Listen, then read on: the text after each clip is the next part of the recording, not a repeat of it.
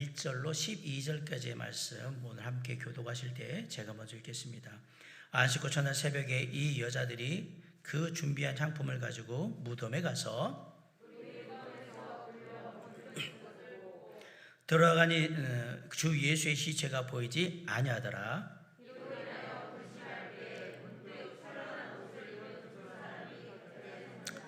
여자들이 두려워 얼굴을 땅에 대니 두 사람이 이르되 어찌하여 살아있는 자를 죽은 자 가운데서 찾느냐.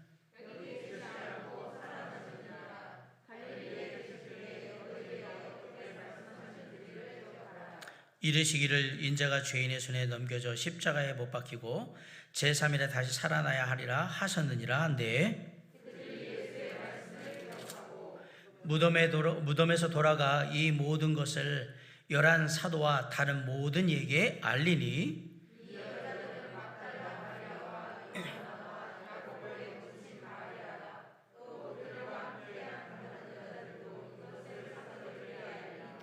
사도들은 그들의 말이 허탄한 듯이 들려 믿지 아니하나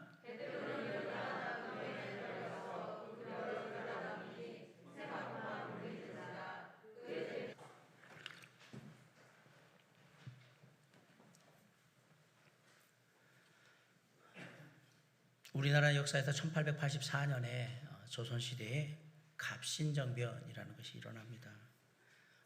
이때 조선은 정세가 아주 불안하고 혼란스러운 그런 시기였습니다. 외부에서 당시 국제사회에서 우리나라 조선을 바라볼 때는 소망이 없는 운둔의 땅 이런 표현을 쓰면서 저기는 가망이 없는 것 같다 이렇게 평가를 할 정도였습니다. 그런데 그런 소망이 없는 땅이기 때문에 더욱더 소망의 복음이 전해져야 한다고 믿었던 미국의 젊은 두 선교사가 있었는데 바로 H.G. 언더우드 선교사하고 H.G. 아펜젤러 선교사였습니다. 그들은 이 땅 조선의 복음을 전하다가 이곳에서 순교하겠다는 각오로 이 땅을 향해서 차원에서 오게 되고 마침내 1885년 4월 5일 부활절날 거센 풍랑을 헤치고 인천 제물포항에 이 두 선교사가 도착을 하게 됩니다. 근데 이것은 단순한 배 한 척이 인천 제물포항에 들어오는 것이 아니라 우리나라에 처음으로 복음을 전할 수 있는 선교사가 들어오는 놀라운 감격스러운 순간이 된 겁니다. 그렇게 부활절에 언더우드와 아펜젤러 선교사는 조선 땅을 밟게 됐고요. 황무지인 이 땅에 소망의 빛이 비치기 시작했던 겁니다. 나중에 아펜젤러 선교사는 본국에 첫 선교 보고서를 보내는데 그 선교 보고서에 그날의 감동을 이렇게 적었습니다. 우리는 부활절에 이곳에 도착했다. 그리고 그날 우리는 사망의 원세를 무너뜨리고 부활하신 주님께서 이 땅 조산의 결박을 끊어주시고 하나님의 자녀로 빛과 자유의 세계로 인도해 주시기를 기도했다. 그렇게 기록이 되어 있습니다. 인천에 살다 보니까 제가 이전에 가봤거든요. 아펜젤러 선교사의 숙소 이렇게 다 봤는데 인천이 정말 중요한 곳이에요. 복음을 전했던 우리나라의 첫 선교사들이 들어온 곳이 바로 이곳이기 때문에 그래요. 누군가 제게 성경에서 가장 중요한 사건이 무엇입니까? 라고 묻는다면 저는 예수 그리스도의 부활이 가장 중요한 사건이라고 저는 대답을 할 겁니다. 목사님, 예수님이 십자가에 달려 죽으신 사건이 가장 중요한 사건 아닙니까? 예수님의 우리 죄를 대신 지시고 십자가에 달려 죽으시지 않았다면 우리가 구원받을 수 없기 때문에 저는 예수님이 십자가에 달려 죽으신 것이 가장 중요한 사건이라고 믿습니다. 라고 생각합니다. 라고 말씀하시는 분이 분명히 있을 겁니다. 예수 그리스도의 십자가의 대속의 죽음은 우리 믿는 자의 구원에서는 아주 중요한 사건입니다. 그런데 제가 이제부터 한번 여러분에게 여쭙겠어요. 예수님이 십자가에 달려 죽으신 후에 부활하지 않았다면 예수님의 십자가의 복음이 지금까지 전해질 수 있었을 거라고 생각하십니까? 한번 생각해 보십시오. 예수님이 십자가에 달려 죽으신 후에 영원히 부활하지 않으셨다면 그 복음을 믿는 사람들이 지금까지 이어질 수 있었을까? 그 당시에는 어떨지 모르겠지만 저는 아니라고 생각합니다. 주님의 그 십자가의 부활의 복음이 없었다면 지금까지 그 은혜의 복음은 전해지긴 힘들지 않았을까라고 생각합니다.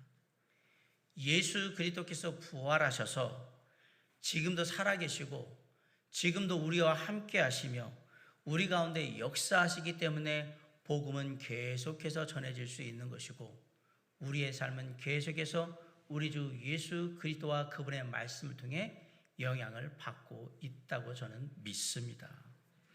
고린도전서 15장 17절에 그리스도께서 다시 살아나신 일이 없으면 너희의 믿음도 헛되고 너희가 여전히 죄 가운데 있을 거라고 분명히 말씀하셨습니다. 부활이 없으면 우리의 믿음은 헛되다라고 얘기했어요. 부활이 없다면 우리의 죄사함의 문제는 해결되지 않았을 거라고 얘기하는 거예요. 왜? 예수님이 죄로 인한 사망에서 이기지 못하신 거잖아요. 그렇죠? 죄의 삭은 사망인데 예수님조차도 죄의 대가인 사망을 이기지 못하고 죽음으로 끝났기 때문에 우리는 여전히 죄 가운데 있는 거예요. 해결이 안 된 거예요. 예수 그리스도께서 사망의 권세를 깨뜨리시고 부활하셨기 때문에 주님의 그 십자가의 은혜의 복음이 우리에게 효력이 유효한 겁니다. 기독교는 예수 그리스도의 부활을 믿는 종교입니다. 예수 그리스도의 부활을 믿기 때문에 지금까지 많은 사람들이 계속해서 그 부활의 복음을 전해왔고 많은 사람들이 그 은혜의 복음에 힘입어서 삶을 살아가고 있는 것입니다. 만약에 성경에서 이 예수 그리스도의 부활을 빼버린다, 많은 사람들은 성경에 대한 불신과 의심으로 가득 차게 될 겁니다. 마찬가지예요. 우리 믿는 사람들의 삶 속에 믿음 속에 예수 그리스도의 부활의 소망을 빼버리면 우리의 인생의 마지막 죽음 이후에 우리는 어떻게 될까에 대해 상당히 불안하게 될 거예요. 우리에게 부활의 소망이 없다면, 죽어도 다시 살아날 수 있다는 분명한 소망이 우리에게 없다면 인생의 의미가 무엇이며 그 목적이 무엇이며 그 가치가 무엇인지를 말할 수가 없게 되어버리는 겁니다. 왜 사냐라고 물어봤을 때 우리가 이 삶이 끝났을 때 주님의 나라에서 우리의 삶이, 부활한 우리의 삶이 주님의 나라에서 평가받을 것이라는 사실이 없다면 우리의 삶의 가치나 인생의 목적, 의미가 다 사라져버리기 때문에 그렇습니다. 이처럼 예수 그리스도의 부활이 너무나도 중요하기 때문에 예로부터 지금까지 많은 사람들이 이 예수 그리스도의 부활이 거짓되다라고 계속해서 주장해왔고 그렇게 계속해서 우리에게 말해왔던 거예요. 예수님의 부활을 거짓으로 만들려고 갖은 방법을 다 동원해서 애쓰고 있는 것이 지금도 사실입니다. 그렇게 예수 그리스도의 부활이 거짓되다고 주장하는 많은 주장들 중에 대표적인 것들이 예수님은 돌아가신 게 아니라 기절하셨다 깨어나셔가지고 그 돌문을 열고 무덤문을 열고 나오셨다라고 얘기하는 기절설 같은 게 있고요. 예수님이 돌아가셨는데 그 시신을 제자들이 훔쳐가가지고 예수님이 부활했다라고 그렇게 얘기하는 것이다. 그래서 절도설이라는 게 있고요. 예수님은 실제 부활하신 게 아니라 제자들이 돌아가신 예수님을 너무 사모하는 마음으로 그렇게 있다 보니까 꿈속에 환상으로 보여서 그 환상으로 보인 예수를 부활했다고 생각한 거다라는 환상설 같은 게 있고요. 아니다. 여인들이 무덤에 갔을 때 엉뚱한 무덤, 빈 무덤에 갔었던 거다. 그리고 빈 무덤에 가가지고 부어 있는 것을 보고 예수님이 부활했다라고 얘기를 했다라는 잘못된 무덤설 등 여러 가지 막 주장들을 하면서 지금까지 예수 그리스도의 부활은 헛된 것, 허구라고 주장을 하고 있습니다. 그런데 지금 우리뿐만 아니라 그 당시에도 예수님의 부활을 믿지 못하는 사람들이 있었어요. 일제에 나온 여인들을 한번 보시기 바랍니다. 이들은 안식 후 첫날 새벽에 예수님의 시신에 향품을 바르기 위해서 그래서 어디를 갔냐? 예수님이 장사된 무덤을 향해 가고 있습니다. 물론 이들의 머릿속에는 예수님의 부활하실 거라는 기대는 전혀 없었습니다. 제자들도 마찬가지였습니다. 1절에 나오는 부활하신 예수님을 먼저 목격한 여인들이 제자들에게 예수님의 부활의 소식을 전했어요. 그런데 11절에 보면 사도들은 여자들이 전해진 부활의 소식이 허탄한 듯이 들려서 믿지 않았다라고 말합니다. 이 11절은 표준 세번역이 11절을 어떻게 번역했냐면 그러나 사도들에게는 이 말이 어처구니 없는 말로 들렸으므로 그들은 여자의 말을 믿지 않았다라고 되어 있어요. 어처구니 없는 말. 예수님께서 붙잡혀서 십자가에 달려 죽으심을 당하신 후에 사흘 만에 다시 살아날 것을 예수님은 생전에 제자들에게 여러 번 말씀하셨습니다. 그런데 제자들의 마음속에는 놀랍게도 예수님의 부활에 대한 기대감이 1도 없다라는 사실입니다. 어쩌면 제자들에게 예수님의 부활은 정말 어처구니 없는 일, 말도 안 되는 일인 줄 알고 있었기 때문에 혹시라도 뭐 되면 좋지만 뭐 안 된다고 해서 그렇게 아쉽지 않은 일, 아마 그 정도로 이렇게 받아들여지고 있는 것 같아요. 물론 우리가 때때로 뭔가를 간절히 원하면 꿈에 그런 것들이 나타나는 경우도 있잖아요. 예수 그리스도의 부활을 부정하는 사람들 중에는 환상설을 주장하는 사람들이 많아요. 예수님의 부활을 고대하던 제자들이 꿈에서 환상을 보고 예수님이 부활하신 거라고 말하는 거다라고 되어 있는데, 그럼 그 말이 맞냐? 지금 오늘 한번 보세요. 여인들과 제자들은 예수님이 부활할 거라고 전혀 생각하고 있지 않습니다. 전혀 생각도 안 한 사람들이 꿈마다 주님 돌아가신 다음에 부활하실 거라고 그 3일 동안 계속해서 꿈꿀 때마다 간절히 고대했다라는 말은 맞지를 않습니다. 또 본문 5절에 보면 천사들이 이렇게 말합니다. 어찌하여 살아있는 자를 죽은 자 가운데서 찾느냐. 천사들이 예수님의 부활을 지금 대신 얘기해 주고 있습니다. 잘못된 엉뚱한 무덤에 가가지고 빈 무덤 보고 나서 예수님이 부활한 거라고 얘기하는 이 잘못된 무덤설을 주장하는 사람들, 여인들이 착각해서 잘못된 엉뚱한 무덤에 가가지고 빈 무덤 보고 이 무덤이 예수님 무덤인 줄 알고 나가가지고 얘기할 때 예수님이 부활했다라고 얘기를 하고 있다. 그러면 이 말이 맞다면요, 지금 여기서 어찌하여 살아있는 자를 죽은 자 가운데 찾느냐고 얘기하는 이 천사들도 지금 어디에 가 있는 거예요? 좀 엉뚱한 무덤에 가 있는 거잖아요. 천사들도 지금 엉뚱한 무덤에서 여인들한테 이 얘기하고 있는 거잖아요. 지금 천사들이 우리 사람들 같이 기억력이 깜빡깜빡해가지고 잊어버리는 그런 존재로 생각하시는지 모르겠지만 말이 안 되잖아요. 천사들이라는 영적인 존재들이 분명히 있는데 그들이 그걸 할 때 그곳이 어느 곳인지도 모르고 잘못된 데 가서 이 무덤이 아닌가 봐 이렇게 얘기하고 지금 이러는 게 말이나 되느냐라는 얘기입니다. 상식적으로 생각할 때 전혀 잘못된 무덤에 가서 그렇게 보고 얘기한다는 얘기는 상식적으로 설득력이 전혀 없다라는 얘기를 드리고 싶은 거예요. 또 2절에 보면 빈 무덤에 대해서 설명을 하고 있습니다. 여인들이 가보았더니 돌이 무덤을 닫고 있던 복인되었던 돌이 옮겨져 있었다라고 되어 있는데, 일반적으로 유대의 무덤 중에 좋은 무덤은 바위를 이렇게 파가지고 만드는 무덤이거든요. 예수님은 아리마대 요셉에 의해서 새 무덤, 바위를 파서 만든 무덤에 장사를 지냅니다. 그리고 나서 그 무덤을 장사 지낸다면 그 앞에 있는 그 입구를 돌로, 보통 둥근 돌로 갖다가 이렇게 막아놓는데, 그 돌은 혼자서 굴릴 수 있는 돌이 아닙니다. 일반적으로 그 당시에 돌은 장정 서너 명이 갖다가 굴려야만 되는 그런 큰 돌입니다. 그리고 돌만 굴려가지고 딱 막아놓는 건 끝나느냐? 그렇지 않습니다. 돌을 굴리고 난 다음에는 거기서 시신이 썩는 냄새나 이런 것들이 나오면 안 되니까 뭐 하냐면 돌 주변을 회반적으로 해서 다 이렇게 틈을 다 메꿔버립니다. 아무것도 못 나오도록. 그럼 아시지만 회반적이 나중에 딱딱하게 굳으면 이게 시멘트 같은 성질이 있어서 이게 딱 달라붙어 있거든요. 자, 이렇게 돼 있는 돌을 기절에 딱 깨어난 사람이 옮겼다라는 게, 그것도 안에서 이걸 옮긴다라는 게 발로 차가지고 이 돌이 날아갔나요? 한번 생각을 해보세요. 장정 서너 명이 올릴 수 있는 돌을 안에 있는 사람이 이걸 굴려가지고 이걸 떼어가지고 회반죽을 다 띄고 이걸 둘렀다. 그렇다면 예수님이 엄청난 괴력, 우리가 뭐 신화에 나오는 헤라클레스 같은 엄청난 괴력을 가진 그런 분이라는 얘기인데, 성경에서 예수님이 그렇게 엄청난 괴력을 가진 무슨 그 장사라고 나와 있는 게 없단 말이에요. 아니면 생각을 해보세요. 거기 바깥에는 무덤에는 로마 군사들이 지키고 있었는데, 무덤에 그 지키는 군사들이 아무것도 모르고 있는 상황에서 그것들이 막 돌이 옮겨지고 회반죽 다 깨들이내다 이런 것들이 가능하냐? 이것도 말이 안 되는 거거든요.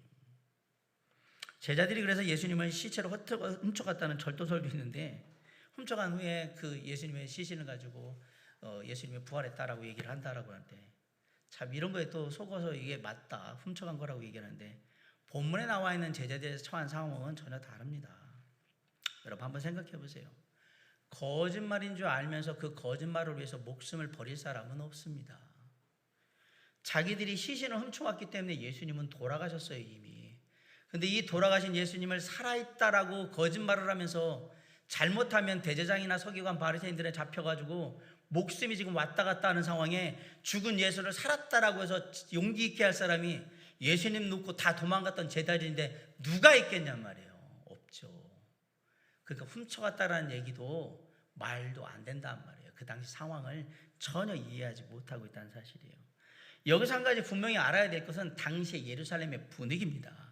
예루살렘의 분위기는 대제장과 서기관, 빌라도를 위시한 로마의 권력들이 만에 하나라도 혹시라도 예수님께서 전에 얘기하셨던 대로 부활할까 봐 두려워가지고 예수님의 무덤을 철통같이 경비를 하고 있던 그런 상황이었어요. 그 감시를 뚫고 들어간다 유대인이 이건 있을 수 없는 일이고, 행여라도 그 감시를 뚫고 어쩌어쩌해서 들어갔다라고 해보세요. 그 돌을 옮기려면 그 돌에 있는 휘반족을 다 깨고 사람들이 굴리고 하고 그래야 되는데 그런 거 전혀 소리도 안 내고 그냥 그걸 다 했다. 그것도 바위를 파서 만든 무덤에서 그걸 꺼내낸다. 이건 더 말도 안 되는 일이죠. 사람들이 만약에 그런 상황에서 예수님이 부활했다고 얘기한다 그러면 듣는 사람들이 코웃음을 치면서 어디서 거짓말하냐고 막 그랬을 거란 말이에요. 그런데 지금 예수 그리스도께서 부활했다는 그 소식이 온 예루살렘과 온 유대를 지금 발칵 뒤집어 놓고 있는 겁니다. 이런 상황이라면 예수님의 부활에서 가장 적대적이고 가장 부담이 큰 사람들이 누굽니까? 대제사장이나 서기관 같은 그런 사람들 아닙니까? 그 사람들이 어떻게 해야 돼요? 부담이 많으니까 많은 사람들을 예수님의 무덤에 있는 데로 오라고 해서, 그래서 어떻게 해야 돼요? 무리들에게 뭐라고 반박을 해야 될 거 아니에요.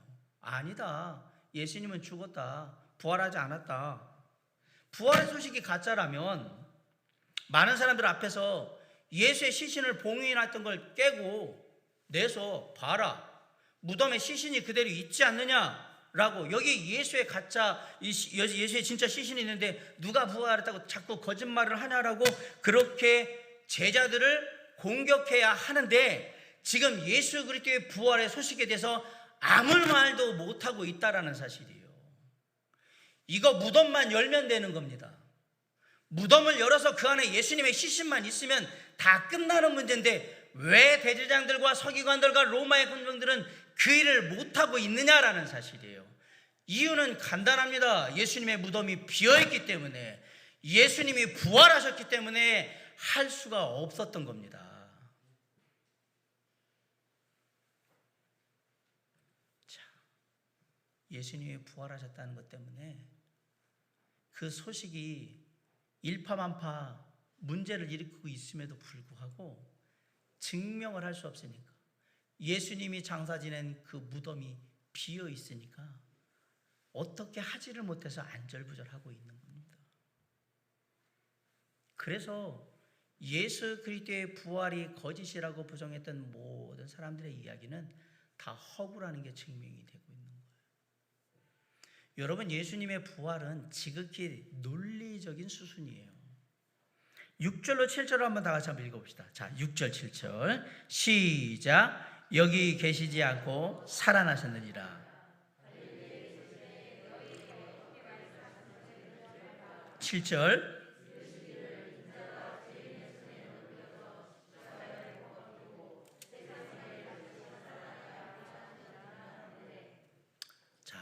예수님은 공생의 기간 동안에 많은 병자들의 병을 고쳐주셨습니다. 그리고 예수님이 심지어는 죽은 사람도 많이 살리셨어요. 나인성 과부의 죽은 아들도 살려주셨고요, 회당장 야이로의 딸도, 죽은 딸도 살려내셨어요. 죽은 지 나흘이나 지난 나사로도 살려내셨습니다. 이미 여러 번 죽은 사람을 살려내신, 부활하게 하신 예수님께서는 내가 십자가에 달려 죽겠다, 그렇지만 내가 죽은 다음에 다시 살아나게 될 거다라고 반복해서 제자들에게 얘기를 해주셨어요. 그리고 이미 죽은 사람을 다시 살리신, 부활하게 하신 예수님께서 직접 부활하신 거예요. 뭐 지극히 논리적으로 당연한 거 아닙니까? 남도 부활하게 하시는 분이 당신은 못하시겠어요? 이미 부활의 능력이 있음을 죽은 사람들을 살리시면서 예수님은 알려주신 거예요. 나에게는 부활의 능력이 있다라는 것을, 지금 그것이 사람, 죽은 사람을 부활시키는 권세가, 능력이 내게 있음을 지금 얘기해 주신 거란 말이에요. 보여주셨어요. 요한복음 10장 17절로 18절에 보면, 내가 내 목숨을 버리는 것은 그것을 내가 다시 얻기 위함이니 이로 말미암아 아버지께서 나를 사랑하시느니라. 18절, 이를 내게서 빼앗는 자가 있는 것이 아니라 내가 스스로 버리노라. 예수님은 스스로 돌아가신 거예요. 스스로. 나는 버릴 권세도 있고 다시 얻을 권세도 있으니 이 계명은 내 아버지에게서 받았노라. 예수님은 죽으실 권한도 당신에게 있고 다시 살아나실 권한도 당신에게 있다라고 분명히 말씀하셨어요. 그런 권세가 없는 사람이 이런 얘기를 하면 이 사람 정신 나갔네, 어디서 말도 안 되는 얘기를 하고 있어, 이렇게 얘기를 하겠지만, 예수님은 분명히 버릴 권세와 다시 얻을 권세를 가지고 있다라고 얘기하셨기 때문에 이분이 그 말씀을 그대로 이룰 수 있었던 겁니다. 예수님은 우리같이 사망의 권세에 떠밀려서 죽는 게 아닌 거예요. 저와 여러분은 육신에 임하는 사망의 권세에 떠밀려서 언젠가 죽게 될 거예요. 근데 예수님은 그렇게 사망의 권세에 떠밀려가지고 돌아가신 게 아니라 스스로 버리셨다라고 그랬잖아요. 스스로 죽으신 거예요. 그리고 스스로 부활하신 거예요. 성경이 그렇게 얘기하는 거예요. 말씀대로 예수님은 당신의 목숨을 버릴 권세도 있으셨고요, 당신의 목숨을 다시 부활할 권세도 있으셨단 말입니다. 예수 그리스도께서 정말 하나님이시라면, 분명 구원의 계획을 가지고 계신 유일한 구원자시라면 우리를 사랑하시기에 이 땅에 오셔서 우리의 죄를 대신 담당하시고 십자가에 달려 죽으심으로 우리의 모든 죄값을 대신 다 지불하시는 것으로 끝나면 안 됩니다. 그렇게 하면 안 됩니다. 당신의 구원의 계획을 완성하시기 위해서 반드시 다시 부활하셔야 합니다. 죽음으로 끝나면 아까도 말씀드렸지만 사망의 권세로 끝나는 겁니다. 구원을 이룰 수가 없습니다. 예수님도 사망의 권세를 이기지 못했기 때문에 우리를 구원할 수 없다라는 얘기예요. 예수 그리스도의 부활은 그분이 우리의 구원자시라는 것을 분명히 해준 거예요. 사망의 권세를 이기셨다라는 사실이기 때문에. 예수님께서 우리에게 지대한 관심을 갖고 계시고 우리를 사랑하셔서 반드시 우리를 죄에서 구원하여 다시 살리기를 원하신다면 당신부터 먼저 다시 살아나셔야 되는 거예요. 그래야 우리가 믿죠. 예수 그리스도의 부활은 역사적인 사실인 동시에 믿는 자에게는 장래의 소망이 되는 것입니다. 그래서 천사들이 무덤을 찾아온 여자인들에게 어째 살아있는 자를 죽은 자 가운데서 찾느냐고 말했던 것은 지극히 당연한 거예요. 주님은 살아나셨는데 왜 죽은 자들 속에서 주님을 찾으려고 하니? 라고 물어본 거예요. 참고로 여인들로부터 예수님의 부활에 대한 소식을 들었던 제자들 중에 베드로는 직접 무덤에 들어가서 살펴보기도 합니다. 12절을 한번 다 같이 읽어봅시다. 시작. 베드로는 일어나 무덤에 달려가서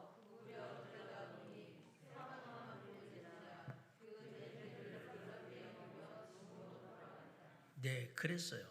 그리고 이 사건이 있은 지 얼마 지나지 않아서 제자들은 부활하신 예수님을 계속해서 목격하게 됩니다.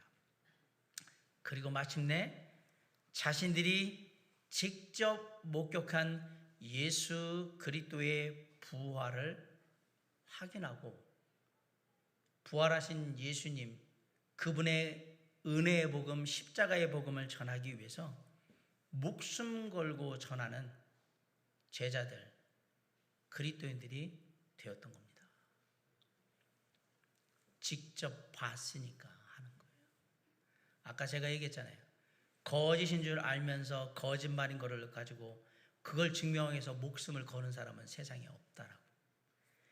사실이니까, 직접 내가 봤으니까, 이제는 그 사실을 증명받았으니까 거기에 목숨을 걸고 전하기 시작했던 거예요. 예수님은 우리 모든 믿는 자들이 장래에 이룰 부활의 놀라운 본보기가 되셨습니다. 고린도전서 15장 20절에 그러나 이제 그리스도께서 죽은 자 가운데서 다시 살아나사 잠자는 자들의 첫 열매가 되셨도다라고 말씀하고 있습니다. 예수님의 부활은 마치 이게 농사를 잘 지어서 수확할 때에 그때 그 수확에 첫 열매가 맺혀 있는 거하고 똑같은 거예요. 이 열매가 맺히면 계속해서 다음 열매도 맺히겠다는 얘기죠. 그 부활의 첫 열매가 예수님이셨던 거예요. 예수님의 부활이 있었기 때문에 모든 믿는 사람들이 예수님을 뒤쫓아서 부활에 참여하게 됐던 겁니다. 고린도전서 15장 22절 23절에 보면 이렇게 말씀합니다. 아담 안에서 모든 사람이 죽은 것 같이 그리스도 안에서 모든 사람이 삶을 얻으리라. 그러나 각각 자기 차례대로 되리니 먼저는 첫 열매인 그리스도요, 다음에는 그가 강림하실 때에 그리스도에게 속한 자니라 그랬어요. 그리스도에게 속한 자가 누구냐? 믿는 자. 첫 열매가 누구라고요? 예수 그리스도. 그 다음이 믿는 자들이라고 얘기를 했어요. 예수님이 다시 사셨기 때문에, 부활하셨기 때문에 우리도 다시 살아날 소망이 생긴 겁니다. 아멘? 예수님이 죽음으로 끝나셨으면 우리도 죽음으로 끝나는 겁니다. 예수님이 다시 사셨기에 우리도 다시 살아날 수 있는 거예요. 예수님이 다시 살아나셨기 때문에 우리가 믿고 전파하는 복음이 어떤 사람에게는 생명이 되고 어떤 사람에게는 능력이 되고 어떤 사람에게는 소망이 되는 것입니다. 그래서 예수 그리스도의 부활을 믿는 사람은 세상에서 가장 복받은 사람인 거예요. 이게 예수 그리스도의 부활의 메시지예요. 죽어서 믿고 죽은 자는 다시 살아날 거고요, 살아서 믿는 자는 죽지 아니하리라. 미국 시카고에 있는 무디 기념교회를 다녀오신 해리 아이언사이드라는 목사님이 계신데 아주 훌륭한 목사님이십니다. 이분이 한 번은 집회를 하게 됐는데 집회가 다 끝날 때쯤에 한 불신자가 이 목사님을 찾아와서 목사님 드릴 말씀이 있습니다. 뭡니까? 제가 목사님하고 토론을 한번 하고 싶은데요, 진짜 하나님이 계신지 안 계신지, 그리고 예수님이 부활했다고 오늘 말씀하시는데 예수님이 부활하신 건지 아닌 건지 이 부분에 대해서 제가 목사님과 한번 사람들 앞에서 토론을 하고 싶습니다. 괜찮겠습니까? 얼마든지 합시다. 단 제가 그 토론에 임하기 위해서 한 가지 조건을 걸겠습니다. 무슨 조건입니까? 다음 주에 이곳에 오실 때 당신이 지금 말한 대로 하나님 같은 건 없다, 예수도 없다, 예수 같은 거는 부활하지 않았다, 죽으면 그만이다, 당신이 그렇게 얘기한 그 말을 듣고 삶에 깊은 감명을 받아서 그 삶이 바뀌어서 그 삶이 은혜 가운데, 감사한 가운데, 기쁨 가운데, 행복한 가운데 그렇게 살고 있는 사람이 있으면 한 명만 데려오세요.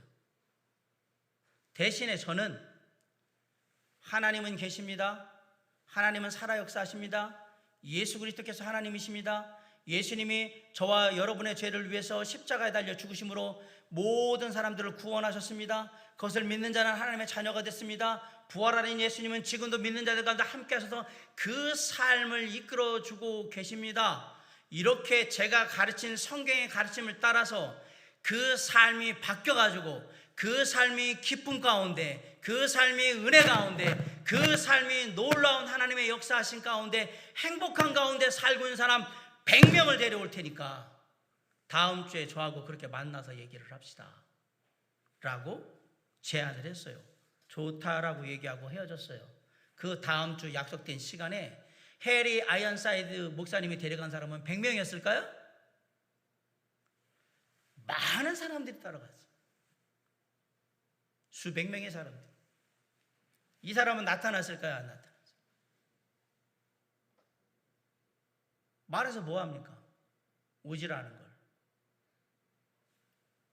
신은 없다, 하나님은 없다, 부활 같은 것은 있지도 않는 일이다, 이런 가르침을 통해서 어떤 사람의 삶과 인격이 아름답게 변화된 경우가 주변에 있다면 데려와 보십시오. 제가 일부 예배 때도 얘기했는데 한 사람당 제가 1,000만 원씩 드릴게요. 제가 대출을 받아서라도. 죽으면 그만이다, 인생은 한 방이다, 그냥 하나님 같은 거 없으니까 그냥 살다가 가라, 이런 말 듣고 그 삶이 바뀌어서 지금도 행복하고 감사하며 은혜 가운데 사는 사람 단 한 사람들이 있다면 데려와 보시란 말이에요.